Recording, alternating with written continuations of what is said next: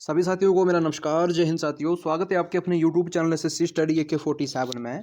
तो दोस्तों, आपको पता है कि डेली हमारे चैनल पे प्रैक्टिस सेट देखने को मिलता है मैथ का, और सभी ने अपना टेस्ट कंप्लीट लगाना है और वीडियो को पूरा देखना है, ठीक है। और पिछले कल जो हमने होमवर्क दिया था आपको प्रश्न, और कुछ साथियों के कमेंट आए थे कि सर अगले प्रश्न अगले दिन उस प्रश्न को आप ऐड कर लीजिए। तो अंतिम में हमने वो प्रश्न भी ऐड किया है। जिसका जिसका नहीं हुआ है वो उस प्रश्न को देख लेना, ठीक है। तो चलिए प्रश्न को शुरू करते हैं। प्रश्न में बोला क्या है, प्रत्येक 1200 रुपये के 2 पंखे मीना ने खरीदे। उसने 5% हानि पर और एक को 10% लाभ पर बेचा। तो लाभ प्रतिशत या हानि ज्ञात कर, यही बोला है प्रश्न में, ठीक है। तो देखिए हमने क्या करना है, इस प्रश्न को करने के लिए हम दो तरीके से करेंगे। एक तो करेंगे बेसिक कंसेप्ट के साथ और दूसरा करेंगे ट्रिक के साथ, ठीक है। जो आपको तरीका अच्छा लगा आपने उसी तरीके से करना है, ठीक है। देखिए, अगर प्रत्येक बोला है ना, प्रत्येक तो मतलब 2 पंखे खरीदे उसने, तो एक 1200 का, दूसरा भी 1200 का होगा, ठीक है। 1200 तो मतलब इसका CP कितना बना, कॉस्ट प्राइस जो बना हमारे पास क्रय मूल्य, वो बना 2400, ठीक है। 2400 बना। तो देखिए आपने क्या करना है, पहले प्रश्न को थोड़ा छोटा करके करना है। तो देखिए कैसे करेंगे, ये है ना 1200, मतलब 1200 पे अगर उसने एक फैन खरीदा है 1200 का, तो उसे क्या होगी, 5% की हानि हुई है। तो आप क्या करो, 1200 का 5% निकाल दो। तो देखो 1200 का 5% कितना आता है, मैं डायरेक्ट करूंगा। देखो 2 जीरो ये कट जाएंगे ऊपर वाली, ठीक है। और 12 5 कितना होता है, 60। तो मतलब कि 1200 का हमने जब क्या निकालता, 5% निकाल, तो हमारे पास क्या आया, 60 आया, ठीक है। ये 60, अब ये हानि हुई थी ना 5%, तो ये क्या होगा, ये 1200 से माइनस होगा, ठीक है। तो ये कितना बचा, 1140 बचा। अब दूसरे केस में भी आप यही तरीका लगा दो। देखिए दूसरा फैन भी 1200 का था, पर उस पर क्या हो रहा था कि 10% का लाभ हो रहा था। देखिए 10% का ये लाभ हो रहा है। तो आप क्या करो, 1200 का 10% निकाल दो। तो 1200 का 10% कितना होता है, 2 शून्य कट जाएगी और 12 गुने 10 बचेगा तो 120। तो अब ये 10% का लाभ हो रहा है, तो ये ऐड होगा, ठीक है ना। 1200 प्लस 120, ठीक है। ये जब ऐड होंगे तो हमारे पास कितना बचा, 1320 बन गया, 1320। अब देखिए हमें तो, देखो CP हमें पता था, क्रय मूल्य हमें पता था, हमें जो है विक्रय मूल्य नहीं पता था, SP नहीं पता था। तो हमने वही पता करना था, ठीक है। अब देखिए हमारे पास CP कितना था, देखो क्रय मूल्य कितना था। देखो ये पहले 1200 था एक फैन, और दूसरा भी 1200 था, मतलब 12 12 कितना हो, 2400। 2400 का क्या था, ये हमारे पास क्रय मूल्य था, हमें विक्रय मूल्य नहीं पता था। तो विक्रय मूल्य हमें कहाँ से मिलेगा, देखो ये जो हमारे पास आई वैल्यू, एक आई 1140 और दूसरी क्या आई 1320, इसको हमने ऐड कर देना था। देखिए इसको ऐड करेंगे तो कितना बना ये, देखो 1120 प्लस 1320 कितना बना, ये 2460, ठीक है। 2460 बना। अब देखिए प्रश्न का कहने का मतलब क्या है कि हमने कोई वस्तु जो है 2400 में, दो फैन जो है 2400 में खरीदे थे, और 2460 में हमने बेचे हैं। तो हमने लाभ और हानि ये ज्ञात करनी, हमें हमने प्रश्न को थोड़ा छोटा किया है। अब देखिए लाभ और हानि प्रतिशत कैसे निकालेंगे, कैसे पता करेंगे कि लाभ हो रहा है या हानि हो रही है। देखो 2400 का खरीदा था ना, और कितने का बेचा, 2460, मतलब रुपयों में हमने 60 रुपये ज़्यादा बेचा, तो हमें ये लाभ होगा। देखो अगर रुपयों में हमें 60 का लाभ हो रहा है, तो प्रतिशत में कितने का लाभ होगा। देखिए लाभ निकालने के लिए, प्रॉफिट निकालने के लिए, लाभ या हानि निकालने के लिए हम क्या करते हैं, देखो क्रय मूल्य और विक्रय मूल्य का हम अंतर देखते हैं, ठीक है, कि कितने का अंतर है। तो लिख देते ये है 60 का अंतर है, और हमेशा जो क्रय मूल्य होते हैं उसको हम हर में लिखते हैं, ठीक है। तो क्रय मूल्य कितना, ये है 2400 रुपये, तो लिख देते 2400 रुपये, फिर विक्रय मूल्य से कोई मतलब नहीं है, ठीक है। और प्रतिशत निकालने के लिए हम क्या करते हैं, 100 के साथ गुना और भाग करते हैं, बस इतना सा करना है, हमारा ये आंसर निकल के आ जाएगा। देखिए ये है ना, अब बस डायरेक्ट काटना है, आंसर निकल के आ जाएगा। देखिए ये 2 शून्य से ये 2 शून्य कैंसिल आउट हो चुकी है, ठीक है। अब हमारे पास वैल्यू क्या बची, 60/24। तो डायरेक्ट करते 6 से काटते, तो 6 चौके 24 और 10 छिके 60। तो वैल्यू क्या बची, 10/4। तो 10/4 का मतलब क्या है, ये 4 दूने 8, तो 2.5 कहाँ लिखूं, इधर लिखता हूँ, ठीक है। 2.5 हमारे पास ये वैल्यू आई, कहाँ से आई, 10 को भाग किया 4 से, ठीक है। तो 2.5 हमारा ये आंसर आएगा। मतलब ये 2.5 का क्या हो रहा है, देखिए कंफ्यूज नहीं होना है। 2%, देखो 2.5 का लाभ भी है और 2% 2.5 की हानि भी है। तो इसमें क्या करना है आपने, देखिए कैसे पता करना है। देखो 2400 का था, 2460 में बेचा, मतलब रुपयों में हमें लाभ हो रहा था, तो प्रतिशत में भी लाभ होना था। तो देखिए 2.5 हमारा ये आंसर जो है मैच हुआ। तो 2.5 का ये लाभ हमें हुआ। तो साथियों मैं उम्मीद करता हूँ इस टाइप को प्रश्न को आप समझ चुके हैं। अब देखिए मेथड 2 इसमें क्या लगाएंगे, बहुत देखो कितना टाइम लगा, समथिंग हमें 1-1.5 मिनट लग गया, 2 मिनट लग चुके हैं। तो देखिए जब भी इस टाइप का प्रश्न आएगा तो अपने ट्रिक के साथ करें। तो मेथड 2 क्या रहेगा इसमें, देखिए अगर आपको देखो ऐसा प्रश्न दे के रखा होगा तो आपने क्या करना है, देखिए ध्यान से देखना है। एक जगह लाभ हो, एक जगह हानि हो, तो आपने क्या करना है, दोनों को माइनस करना है, ठीक है। तो दोनों को माइनस करके कितना आया, 5। और ठीक है, और समान जो है हमें ये किस पे, मूल्य पर देके रखा हो, ठीक है। 5 रुपये का हमें क्या हुआ, देखो हमने क्या किया, 10 को किससे माइनस किया, 5 से। पर किस केस में, एक जगह लाभ हो, एक जगह हानि हो, बस 2 से डिवाइड कर दो, ठीक है। 2 से डिवाइड करेंगे तो आंसर कितना आएगा, देखो ये कट गया 2 से, कितनी बार में कटा ये, 2.5, यही तो आंसर बन गया।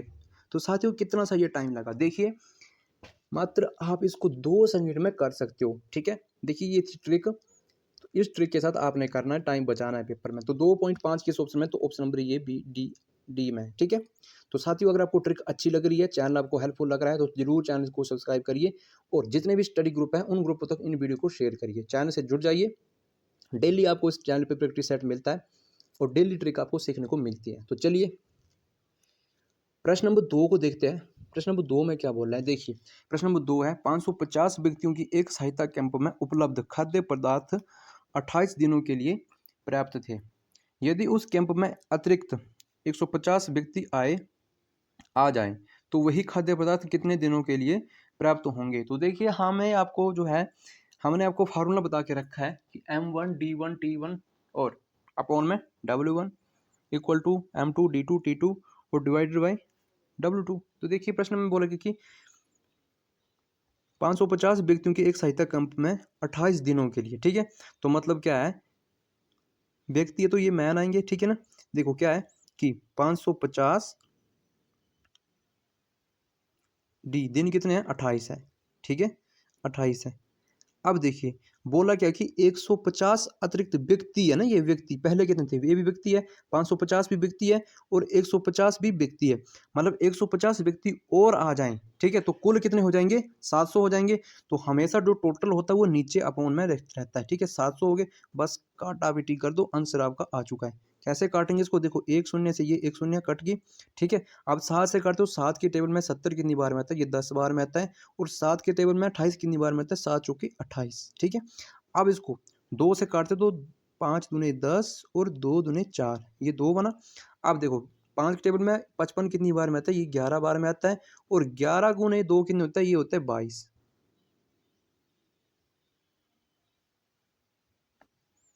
तो 22 दिनों में ये जो है कार्य जो है ये इनका हो रहा है। तो 22 हमारा ये आंसर हो जाएगा। तो दोस्तों मैं उम्मीद करता हूँ, आशा करता हूँ आपको ये प्रश्न भी अच्छे से समझ आ गया है। तो चैनल से जरूर जुड़ जाना और चैनल को अपने शेयर करना है, वीडियो को भी शेयर करना है, ठीक है। चलिए प्रश्न नंबर 3 में देखते हैं। प्रायिकता के प्रश्न हमने आज डाला है। देखो दो पासों को एक साथ उछालने पर योग 10 से अधिक आने की प्रायिकता क्या होगी। इंपॉर्टेंट प्रश्न है, कैसे इसको सोल्व करेंगे। देखिए दो पासे हमारे पास, ठीक है। पहले तो आपको ये पता होना चाहिए कि पासे है ना। तो देखो पासों, तो पासों के कुल फलक कितने होते हैं, ये होते हैं 6 होते हैं ना। बस इतना सा पता होना चाहिए। अगर सिक्कों की बात करें तो सिक्कों के कितने होते हैं, 2 होते हैं, ठीक है। तो इस तरह से ये करना है, ठीक है। अब देखिए प्रश्न को पहले पढ़ लेंगे एक बार और से। बोला कि दो पासों को एक साथ उछालने पर योग 10 से अधिक आने की प्रायिकता क्या होगी। तो दोस्तों देखिए, देखो इसका एक फार्मूला होता है कि पूछी गई संभावना बटे में कुल संभावना।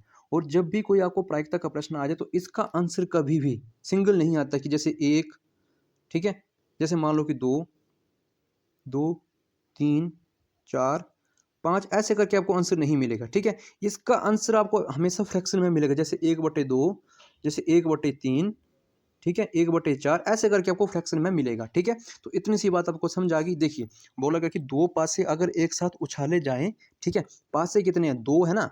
तो ठीक है, फर्क कितने होता है इसके, फर्क कितने होते हैं, देखिए ये होते हैं 6 फर्क होते हैं। अगर 2 पासे तो 2 की पावर।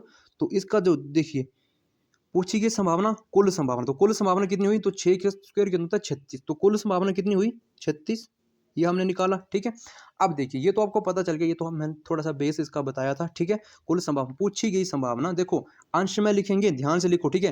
अंश में लिखेंगे क्या लिखेंगे, पूछी गई संभावना, और बटे में लिखेंगे कुल संभावना, ठीक है। तो देखिए प्रश्न को आप करेंगे, सोल्व करेंगे। देखो बोला गया कि दो पासे अगर एक साथ उछाले जाएं तो योग 10 से अधिक आने की संभावना क्या है? देखो पासों में चाल क्या होती है, 1 2 3 4 5 6 यही चालें होती है, ठीक है। तो 10 से अधिक आने की संभावना क्या बनेगी? दो पास से है ना। तो देखिए एक तो चाल क्या आएगी, देखो एक चाल आएगी हमारे पास 6 की, ठीक है, और दूसरी साइड क्या आएगी, देखो ये भी 6 की आएगी, ठीक है, 6 की एक चाल ये होगी। और दूसरी चाल क्या बनेगी, देखो 6 5, दूसरी चाल ये बनेगी, ठीक है। और तीसरी चाल क्या बनेगी, तीसरी चाल बनेगी देखो 5 और 6, मतलब ये 3 चालें बनेंगी जो 5 से अधिक है, ठीक है, क्योंकि दो पासे फेंके जा रहे हैं, ठीक है ना। तो एक में 6 आएगा, दूसरे में भी 6 आ सकता है। और जब दूसरी चाल आएगी तो देखिए 6 आएगी या 5 आएगी, ठीक है। और जब तीसरी चाल आएगी तो 5 और 6, ठीक है। तो देखिए पूछी की संभावना कितनी है, ये है 3, ठीक है, क्योंकि पहली चाल तो ये बनी, देखिए ध्यान से देखना, पहली चाल ये बनी, दूसरी चाल ये बनी और तीसरी चाल ये बनी। तो पूछी की संभावना कितनी हुई, ये हुई 3। और कुल संभावना कितनी थी, देखो पासे के कितने फलक होते, ये 6 होते, और देखो 6 फलक होते और पासे कितने हैं, 2 पासे, तो 6 की पावर 2, तो 6 की पावर 2 का मतलब क्या है, 36। बस इतना सा करना है, ठीक है। तो देखिए बस इसको काटना है, आपका आंसर आपको मिल जाएगा, ठीक है। देखिए 3 के टेबल में देखो ये 3 एकम 3 और 12 3 36, मतलब कितना आया, 1/12 हमारा ये आंसर आया है। तो देखिए 1/12 किस ऑप्शन में, 1/12, तो ऑप्शन नंबर ए में हमें ये देखने को मिल रहा है। तो साथियों मैं उम्मीद करता हूँ जब भी इस टाइप का प्रायिकता का प्रश्न आपको आएगा तो आप इसको अच्छे से सोल्व कर लोगे।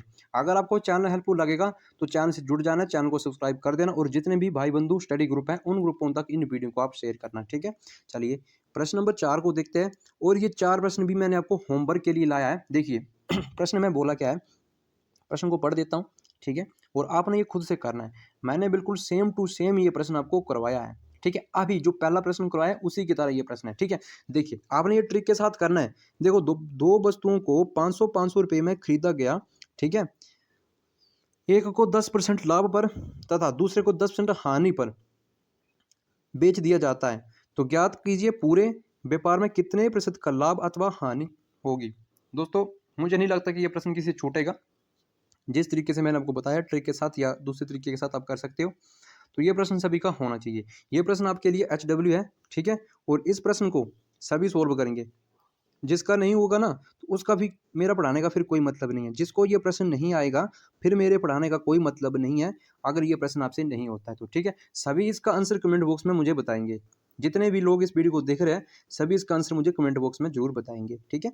तो चलिए प्रश्न नंबर 5 को देखते हैं। प्रश्न नंबर 5 में क्या बोला है, टाइम एंड वर्क का ये प्रश्न आता है, वो टाइम एंड वर्क मैंने आपको अच्छे से ये ट्रिक के साथ करवा रखे हैं पहले भी वीडियो में। देखो प्रश्न को पढ़ लेते हैं। ए बी और सी अकेले किसी काम को 40 दिन 120 दिन और 36 दिनों में कर सकते हैं।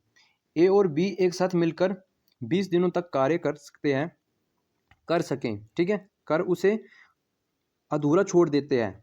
सी को आगे बढ़ाता है, सी को मतलब कार्य को आगे बढ़ाता है और उसे अकेले पूरा करता है, तो कार्य पूरा करने में सी को कितने दिन लगेगा। तो देखिए जब भी आपको इस टाइप का प्रश्न आएगा तो आपने एलसीएम विधि द्वारा इसको करना है। देखिए हमारे पास वैल्यू क्या है, देखो ए है, हमारे पास 3 लोग हैं, ए और बी, ध्यान से पढ़ना है प्रश्न को, ठीक है ना, बी और सी, ये 3 लोग हैं। पेन को चेंज करते हैं, देखिए 3 लोग हैं ना। अब इन तीनों का आपने एलसीएम लेना है। देखो ये कर रहा है 40 दिन में, पहले लिख लेना है 40 दिन में, और ये बी कर रहा है 120 दिन में।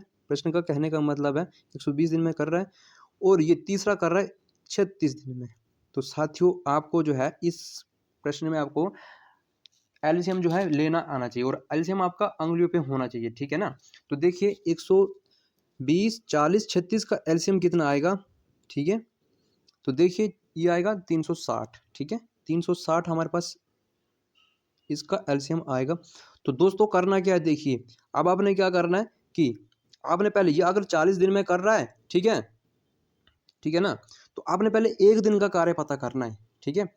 तो कुल काम जो 360 दिन में हो रहा है, अगर ये 40 दिन में कर रहा है तो आपने क्या करना है, पहले इसका एक की वैल्यू पता करनी, एक दिन का काम को पता करना। तो देखो 9 चुके 36, मतलब ये 9 दिन में, और ये 12 3 36, ये 3 दिन में बी, और ये करेगा 10 दिन में, ठीक है। अब देखिए हमारे पास इसका कोई मतलब नहीं रहा है। अब हमारे पास जो नया मान बना ये बना 9 3 10, ठीक है।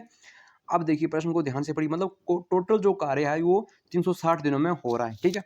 अब दूसरी लाइन को पढ़िए, यहाँ से पढ़िए, बोला गया कि ए बी एक साथ मिलकर 20 दिनों तक कार्य कर उसे अधूरा छोड़ देते हैं। अगर देखिए, अगर हम पहले ए बी को मिला देते तो ए बी का मान क्या है, देखो ए का 9 है और बी का कितना 3 है, तो इसको हम मिलाते तो ये कितना बना, 9 3 12, देखिए 12 और 12 बोला कि 20 दिन तक कार्य करते हैं फिर छोड़ देते हैं, तो देखिए 12 गुने 20 कितना होता है, ये होता है 240। कितना बना, 240। तो देखो लिखने की कोई जरूरत नहीं, इसको गुना करके ऊपर लिखता हूँ, ठीक है, इधर ऊपर लिखता हूँ 240, ठीक है 240। ये किसको गुना करके है, 12 गुने 20 को गुना करके है, ठीक है। आप बोला कि उसे छोड़ देते हैं, अगर छोड़ देते टोटल कार्य कितना था 360 जो एलसीएम है, ठीक है। तो अगर हम 240 को 360 से माइनस कर देते तो हमारे पास किसका कार्य बचेगा, ए का कार्य, देखो सी का कार्य बचेगा, तो कितना बचा 120, 120 दिन, ठीक है। ये किसका बचा, सी का बचा ना। तो बोला क्या है कि उसे अकेले जो है सी बढ़ाता है, तो सी को कितने दिन लगेंगे, तो सी को कितने दिन लगेंगे, देखो वैल्यू किसकी बची थी 120 की, ठीक है। और सी का मान कितना, ये है 10, देखो 10 है ना ये सी का मान, तो 10 के साथ हम डिवाइड कर देंगे, बस आंसर हमारा ये मिल जाएगा, ठीक है। तो देखिए ये देखो एक शून्य से ये एक शून्य कट गई, तो वैल्यू क्या बची 12। तो साथियों मैं उम्मीद करता हूँ आप इस प्रश्न को अच्छे से समझ चुके हैं, और जब भी इस टाइप का प्रश्न आएगा तो आप इसको कर लोगे, ठीक है। इतना सा टाइम आपको समझाने में लग रहा है, जब आप इसको खुद से करोगे तो आप इसको 2 सेकंड में कर लोगे, ठीक है। तो चलिए प्रश्न नंबर 6 को देखते हैं, और मैं आशा करता हूँ आपको ये सेशन अच्छा लग रहा है। देखिए प्रश्न नंबर 6 में क्या बोला है, प्रश्न नंबर 6 हमारा कि एक बल्लेबाज की 12वीं पारी का स्कोर 120 रन है, और इस तरह से उसके औसत में 5 रन की वृद्धि होती है, तो बताए हुए 12वीं पारी के बाद उसका औसतन स्कोर क्या है। दोस्तों इंपॉर्टेंट प्रश्न है, कुछ छात्र क्या करते हैं कि इसको ही गुना कर देते हैं, ठीक है। तो ऐसी ट्रिक बताऊंगा, जब भी आपको इस टाइप का प्रश्न आएगा तो आप इसको भूलने वाले नहीं हो, ठीक है। देखिए प्रश्न को ध्यान से पढ़ने की कोशिश करिए, समझने की कोशिश करना। देखो बोला गया कि 12वीं पारी का स्कोर जो है 120 था, मतलब अगर वो 12वीं पारी में 120 रन बना रहा था, ठीक है, 120 रन का स्कोर था, ठीक है। तो देखिए लिख दीजिए 12 पारी, औसत रन कितना है 5 है ना, तो बस 5 से गुना कर दो, तो 12 पंजे कितने हुए 60, 12 पंजे कितने हुए 60, ठीक है। अब देखिए ये तो हमारे पास कुल जो है इसका योग निकल के आया है टोटल। अब देखिए बोला कि 5 रन की वृद्धि हो जाती है, अगर 60 रन पहले था 5 रन की वृद्धि हो जाती है, तो औसतन कितना हुआ, तो बस इसी 5 को प्लस कर दो, आंसर निकल के आ जाएगा। तो कितना बनाइए 65, औसत रन का क्या बना स्कोर 65, ठीक है, समझे बात को। तो दोस्तों इसी तरह से आपने ये करना है, ठीक है ना। तो मैं उम्मीद करता हूँ इस टाइप के प्रश्न को भी आप अच्छे से समझ चुके हैं, और आप सभी के सभी चैनल को जरूर सब्सक्राइब करेंगे, और वीडियो को भी आप शेयर करेंगे, ठीक है। तो चलिए प्रश्न नंबर 7 को देखते हैं। प्रश्न नंबर 7 में क्या बोल के रखा है, ये भी माइंडेड प्रश्न है, ध्यान से पढ़ेंगे पहले कि एक विद्यालय में लड़के और लड़कियों का अनुपात 4:7 है, तथा लड़कियों तथा अध्यापकों का अनुपात जो है ये कितना है 13:2 है। तो छात्रों तथा अध्यापकों का क्रमशः अनुपात क्या है। देखिए हमारे पास 3 लोग हैं, बॉयज गर्ल और टीचर, ठीक है, बॉयज गर्ल और टीचर, ठीक है। तो लिख देते हैं, एक श्रेणी में इनको लिख देते हैं, शॉर्ट में लिखता हूँ बॉयज, बी से लिखता हूँ बॉयज, और जी से लिखता हूँ गर्ल, और टी से लिखता हूँ मैं टीचर, अध्यापक, ठीक है। अब देखिए बोला क्या है कि देखो ध्यान से पढ़ी, एक विद्यालय में लड़कियों और लड़कियों का अनुपात, तो मतलब लड़के बॉयज का कितना है 4, और लड़कियों का कितना है ये है 7, ठीक है। इतनी सी लाइन पढ़ लेनी है। अब दूसरे केस में क्या बोला है कि तथा लड़कियों तथा अध्यापकों का अनुपात, मतलब लड़कियों, तो लड़कियों के नीचे लड़कियों के लिए थे 13, और अध्यापकों का अनुपात कितना है 2, 2 है 2। तो अब बोला गया कि छात्रों तथा अध्यापकों का क्रमशः अनुपात क्या है। तो दोस्तों देखिए, अब देखो कि अगर आपके पास ये बच गया ना खाली स्थान, तो इसके 7 वाले को लिख दीजिए 7, ठीक है, और इसके 7 वाले को लिख दीजिए इधर 13, ठीक है। अब देखो अंतिम आपसे पूछा क्या है कि छात्रों तथा अध्यापकों का क्रमशः अनुपात क्या, मतलब छात्रों तथा अध्यापकों का पूछा है, ठीक है। तो इसको गुना करते 13 चौके कितने होते 52, और 13 सत्ते 91, और ये कितना बना 7 दूने 14, ठीक है। मतलब इनका जो मान बचा 52, 91 और 14 बना, ठीक है। अब देखो हमसे अंतिम में बोला क्या है कि अध्यापकों तथा, देखो बोला कि छात्रों तथा अध्यापकों का, मतलब छात्र में कौन कौन से आएंगे। देखो छात्र में कौन कौन से आएंगे, देखो ये छात्र में बॉयज़ और गर्ल दोनों आ जाएंगे, ठीक है, बॉयज़ और गर्ल दोनों आ जाएंगे। तो देखो बॉयज़ और गर्ल को हम जोड़ेंगे तो देखो अगर हम देखो 52 और देखो 91 को प्लस करते तो कितना बना, ये बना 143। ये देखो ये किसका बना, ये छात्रों का बना, छात्र जो बॉयज और गर्ल थे, ठीक है। अब दूसरे को जब देखो दूसरे को जोड़ने की जरूरत नहीं है, तो ये कितना है 14, तो ये 14 ही आ जाएगा, कितना 14 ही डायरेक्ट आ जाएगा। तो देखिए 143/14 किस ऑप्शन में है, ऑप्शन नंबर बी में हमें ये देखने को मिल रहा है। तो उम्मीद करता हूँ इस टाइप के प्रश्न को भी आप अच्छे से समझ चुके हैं। देखो क्या होता है कि प्रश्न को पहले पूरा ध्यान से पढ़ना होता है। प्रश्न का देखो आंसर जो है ये प्रश्न के क्वेश्चन में ही छिपा होता है, तभी बोलता हूँ कि बार बार आप पहले प्रश्न को ध्यान से पढ़िए। अगर आप ध्यान से नहीं पढ़ते हो, अगर आपको देखो आ भी जाता है, तो आप क्या करोगे कि कहीं ना कहीं आप गलती कर दोगे, ठीक है। तो पहले प्रश्न को ध्यान से पढ़िए और बोला क्या है उसी के अकॉर्डिंग आप प्रश्न को करिए। तो उम्मीद करता हूँ आपको ये सेशन अच्छा लग रहा है और आपको चैनल भी हेल्पफुल लग रहा है। तो चैनल को आप सब्सक्राइब करना और वीडियो को शेयर करना, ठीक है। तो चलिए अगले प्रश्न को देखते हैं। अगले प्रश्न में क्या बोल के रखा है, ये भी एवरेज का प्रश्न डाला है मैंने। तो इस टाइप का प्रश्न भी मैंने आपको 2-3 बार करवा के रखा है, तो आशा करता हूँ ये सभी का ठीक होगा। और वीडियो को पॉज करके पहले खुद से टेस्ट के तौर पर लगाना है, ठीक है। देखिए एक लड़के ने देखा कि संख्या 16 के स्थान पर 61 लिखने पर 20 संख्या का औसत कितना है, ये है 35 है। तो 20 संख्या का सही औसत क्या है। देखिए जब भी इस टाइप का प्रश्न आएगा तो आपने क्या करना है, ध्यान से देखना है। देखो एक लड़के ने देखा था कि 16, आपको इधर कंफ्यूज किया कि 16 की जगह क्या लिख दिया है, लिखने पर जो है ये 61 है, ठीक है। 16 की जगह क्या 61 है। तो आपने क्या करना है, इसको पहले आपने माइनस करना है, ठीक है। मतलब बड़ी संख्या से छोटी संख्या घटा देनी है। तो कितना बना ये, अगर 61 में से 16 निकल गया तो कितना बचा 45, ठीक है, 45 बचा।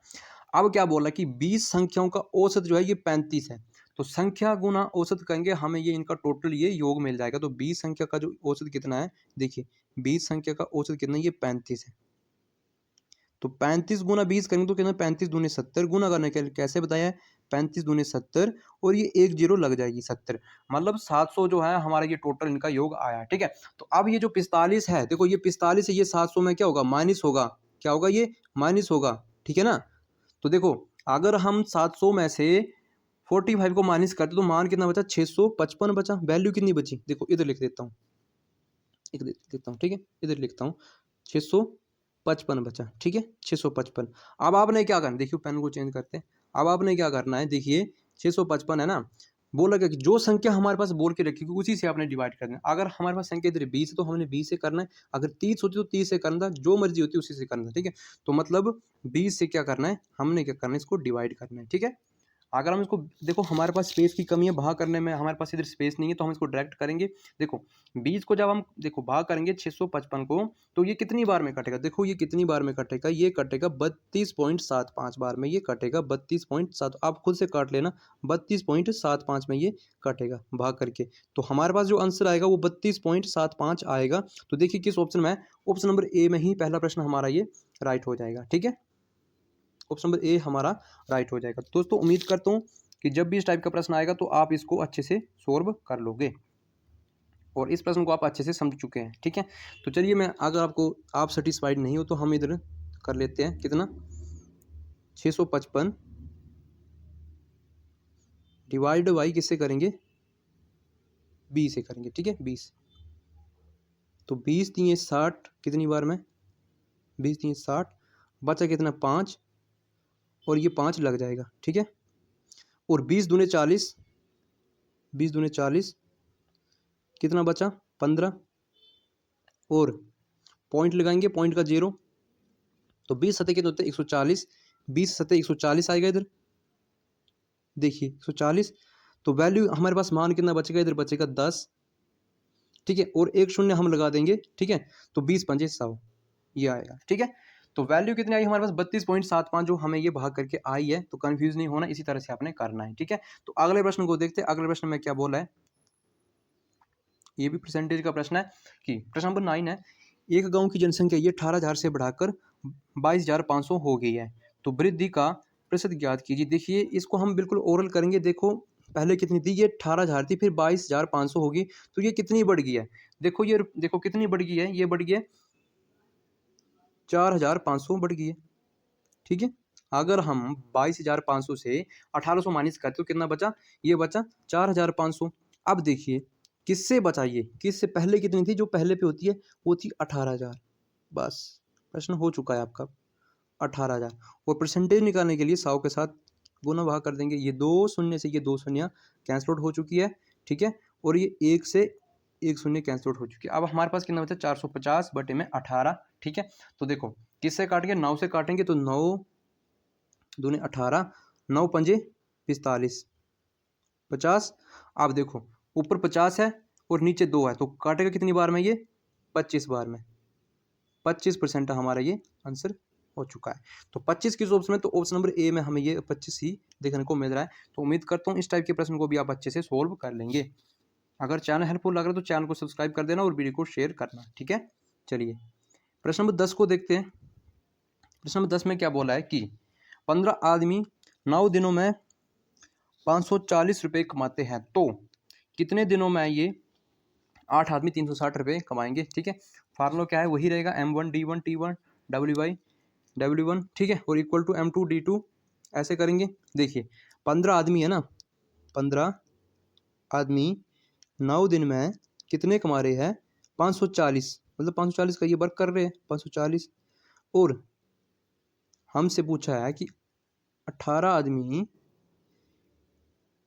तो कितने दिनों में 18 आदमी 360 रुपये कमाएंगे। ठीक है, आप इसको काट देंगे, आंसर आ जाएगा। कैसे काटेंगे, देखो ये आमने सामने वाले कट रहे, तो 1 शून्य से 1 शून्य कैंसल आउट। देखो 18 3 54 और 18 दूने 36, ये कट गया। अब देखो ये 3 काटेगा किसको, 9 को कितनी बार में, 3 बार में। और ये 2 काटेगा किसको, 18 को कितनी बार में काटेगा, ये 9 बार में काटेगा। ठीक है, ये 9 बार में काटेगा। अब ये 3 काटेगा किसको, 9 को 3 बार में। और ये 3 जब अब ये आमने सामने वाले भाग हो रहे, तो 3 इसको काटेगा तो कितनी बार में काटेगा, 5 बार में काटेगा।